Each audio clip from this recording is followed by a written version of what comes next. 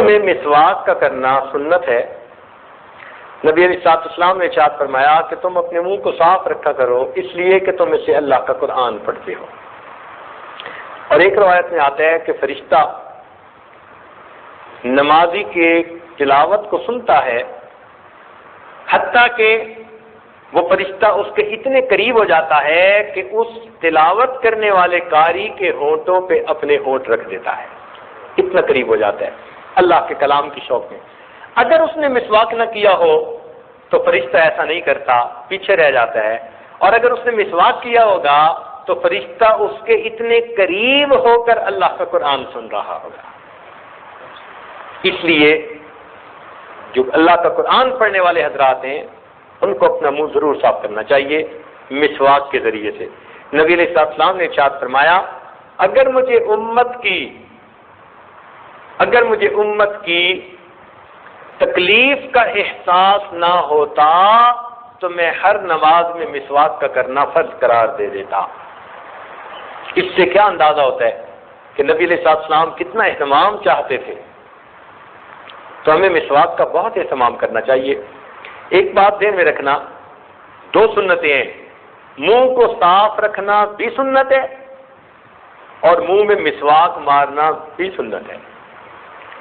کئی لوگ لکڑی کی مسواک تو کرتے ہیں لیکن وہ منہ صاف نہیں ہوتے، منہ سے بو آتی ہے۔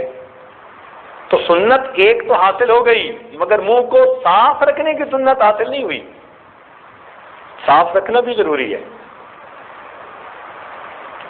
پہلے زمانے میں غذائیں سادہ تھیں، جو کی روٹی، وہ بھی خشک روٹی، ستو ہوتے تھے، کبھی پانی پی لیا کبھی دودھ پی لیا، تو دانت صاف کرنے آسان ہوتے تھے۔ یہ آج کے دور کی آئس کریمیں نہیں ہوتی تھی، یہ آج کے دور کی مرغن غذائیں نہیں ہوتی تھیں۔ آج کی دور کی غذاؤں سے اپنے منہ کو صاف کرنے کے لیے اگر مسواک کام نہیں پورا کر رہا تو آپ کو چاہیے کہ برش استعمال کریں، اس پر دوائی استعمال کریں، منہ کو بو سے صاف رکھیں۔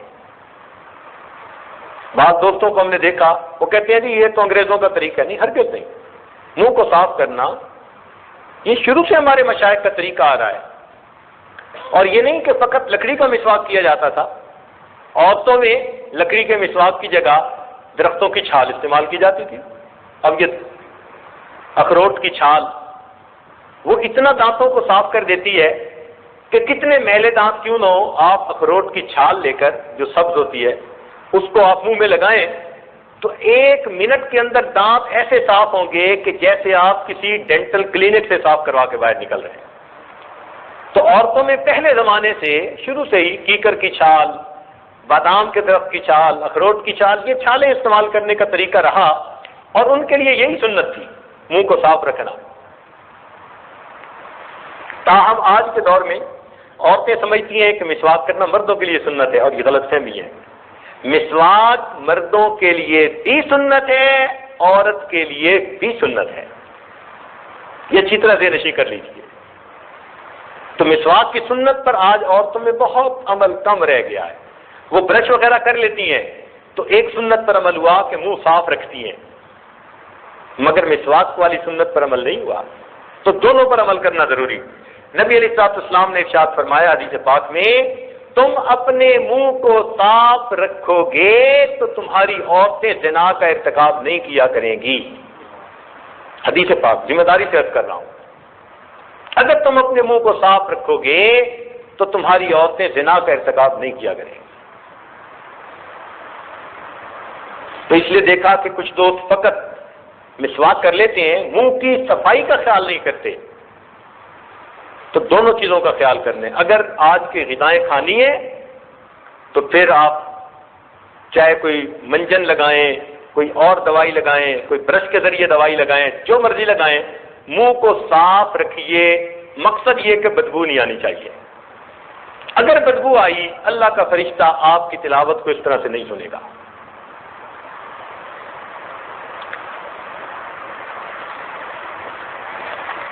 آج کل یہ تحقیق ہے، پہلے زمانے میں تحقیق تھی کہ جی صبح اٹھ کے برش کیا کرو، دانتوں کو صاف کیا کرو، اور آج تحقیق ڈاکٹروں کی طرف بدل گئی.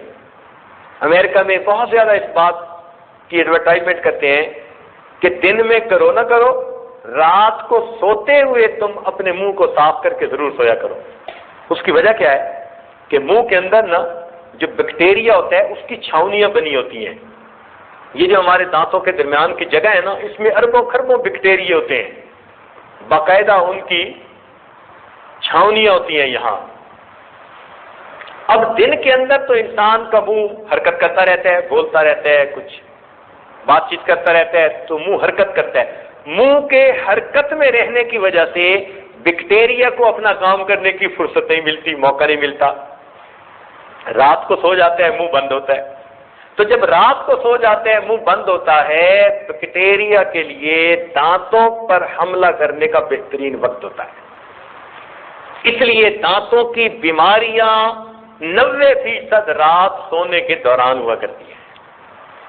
اور سنت یہی ہے کہ نبی علیہ الصلوۃ والسلام رات کو سونے سے پہلے وضو فرماتے تھے، یعنی صاف اور پاک منہ لے کر آپ آرام فرمایا کرتے تھے. تو آج یورپ کی دنیا میں کہا جاتا ہے کہ صبح مسواک کرو نہ کرو تمہاری ثواب دید ہے، رات سونے سے پہلے مسواک ضرور کر لو. تو دیکھو نبی علیہ السلام کی سنت پر آئے کہ نہیں آئے. تو اس لیے رات کو سونے سے پہلے اپنا منہ ضرور صاف پاک کیا کریں تاکہ رات کو بیکٹیریا کو عمل کرنے کا موقع نہ ملے، دانتوں کی بیماریاں کم ہوں.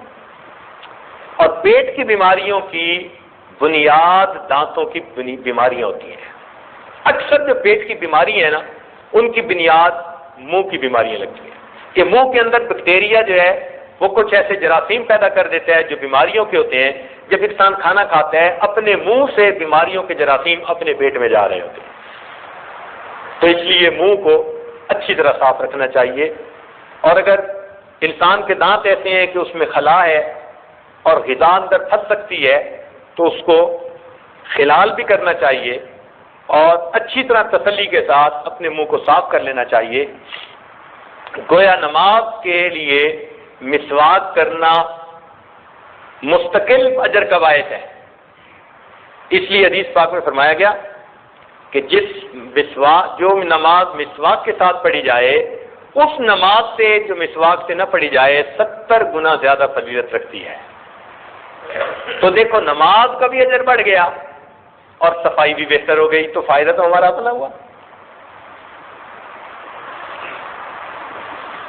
ایک حدیث پاک میں ہے، ابن حجر رحمۃ اللہ علیہ نے محبیات میں یہ حدیث نقل کی ہے. فرماتے ہیں کہ مسواک کا استعمال کیا کرو، اس میں 10 فائدے ہیں. منہ کو صاف کرتی ہے، اللہ تعالیٰ کی رضا کا سبب ہے، شیطان کو غصہ دلاتی ہے. مسواک کرنے والے سے اللہ تعالیٰ اور فرشتے محبت کرتے ہیں. مسوڑوں کو تقویت دیتی ہے، بلغم کو قطع کرتی ہے، شیطان کو غصہ دلاتی ہے، منہ میں خوشبو پیدا کرتی ہے، صفرا کو دور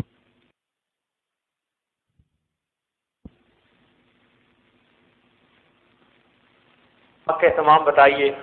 اور چھوٹے بچوں سے شروع کیجیے. عام طور پر چھوٹے بچے وہ مسواک کے یا منہ کو صاف کرنے کے شروع میں عادی نہیں ہوتے.